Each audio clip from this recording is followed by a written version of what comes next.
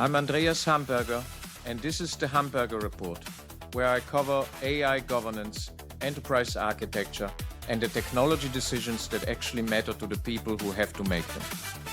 If you find this useful, subscribe and hit the like button. It helps more professionals find the channel. Now let's get into it.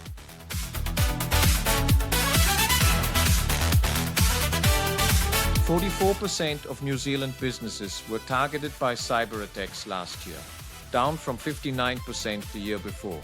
If you are a board director, that sounds like progress. It is not. Direct financial losses jumped 118% in the same period. The average breach now costs a New Zealand SME $173,000. Fewer attacks, nearly double the damage. The ones landing now are more precise, better targeted, and more destructive." I'm Andreas Hamberger. This is the Hamberger Report, where I cover cybersecurity explained for the people who sit around the board table.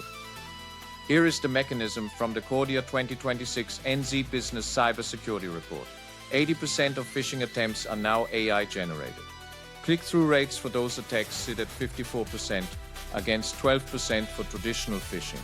And 43% of New Zealand business leaders identify their greatest cyber risk not as ransomware groups or nation-state actors, but as their own staff using AI tools the organization has not authorized, verified, or governed. That is the governance pincer. External threats becoming sharper and more targeted. Internal threats, specifically ungoverned AI tools spreading through workforces without detection, creating the attack surface those adversaries exploit.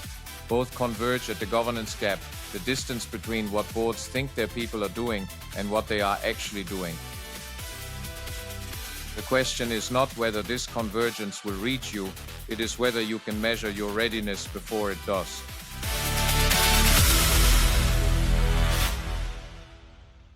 The Boardroom Readiness Quiz is 15 questions across 4 sections. Directors score yes or no. Management provides verifiable evidence for every affirmative answer. These are governance questions, not technical ones.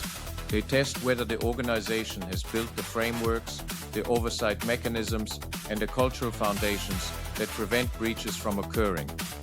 Section A covers cultural security and Māori data sovereignty. Is Māori data governed as a distinct category? Do Māori partners hold actual decision authority over taonga, not advisory roles? Has the social license cost of a Māori data breach been quantified separately from a standard technical loss? Have AI systems undergone bias assessment by Māori data experts? A yes on Section A requires documented evidence, not intentions.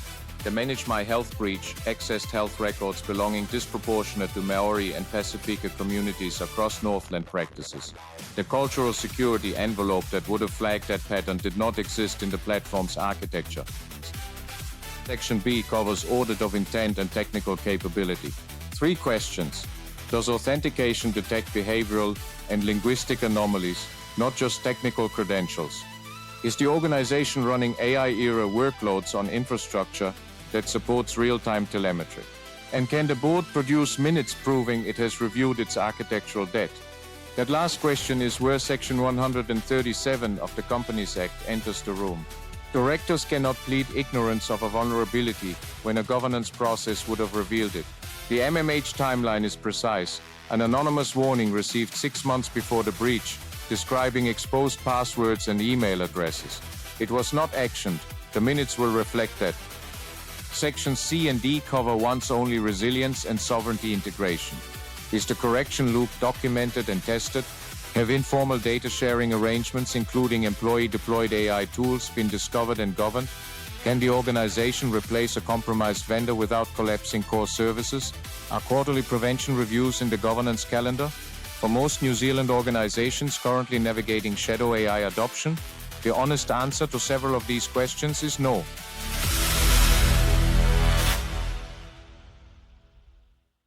The scoring bands are direct, 12 to 15, strong fortress, document your frameworks as sector practice, and shift to maintenance. 8 to 11, building momentum, prioritize your no responses in sequence, require remediation plans with timelines. 4 to 7, at risk, escalate to the Risk and Audit Committee, Require a comprehensive remediation plan at the next meeting. 0 to 3. Fragile foundation. Convene an emergency board meeting, seek legal advice on personal director liability, and move immediately. Flow Fortress maturity model, maps that score against 3 resilience pillars: prevention, response, and accountability. 3 maturity levels: fragile, resilient, and leading. The governance value is not the initial positioning, it is the quarterly tracking. Prevention will fail at some point. The weakest pillar at the moment of breach determines the outcome, and a board that has never tested its response posture will not know how weak it is until that moment arrives. For boards that need to act on a low score, the 90-day program provides the accountability structure. Days 1 to 30. A Māori governance partnership agreement signed with a specific IWI or Māori organization. A data inventory completed identifying all Taonga datasets. Architectural debt quantified as a financial figure and placed on the balance sheet. Days 31 to 60. Audit of intent protocols deployed to flag behavioral and linguistic anomalies. A shadow OOP discovery exercise commenced, identifying every AI tool used across the organization, the data those tools access, and the retention policies those tools apply. Most organizations that have done this exercise have been surprised by what they found. Days 61 to 90.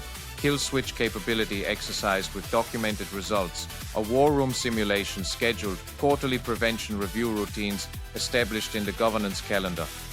LAT 90-day record is also the Section 137 evidence base. It documents what the board knew, when it knew it, and what it decided in response.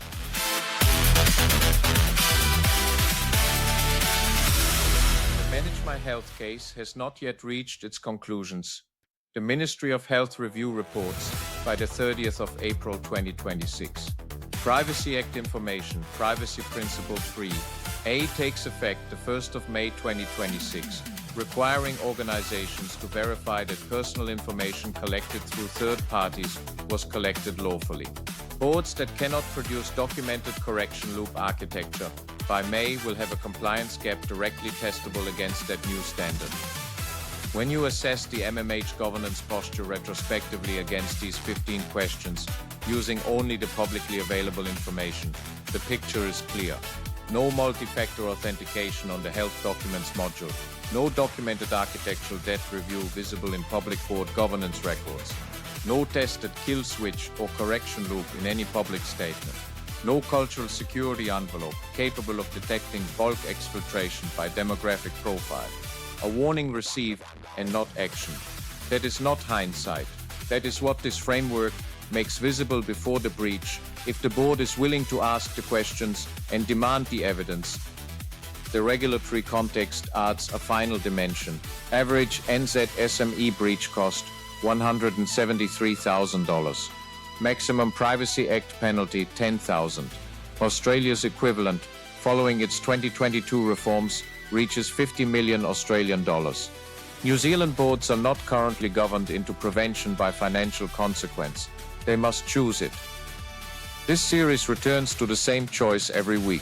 The Heaven Vector: transparent, accountable, culturally grounded governance built before the breach arrives, or the Skynet Vector: deferred investment, insufficient oversight, and a governance record that will not hold up when it needs to. The 15 questions tell you exactly where you stand. If you are the director or board advisor who needs to understand cyber risk without the jargon, subscribe to the Hamberger Report. New videos every day.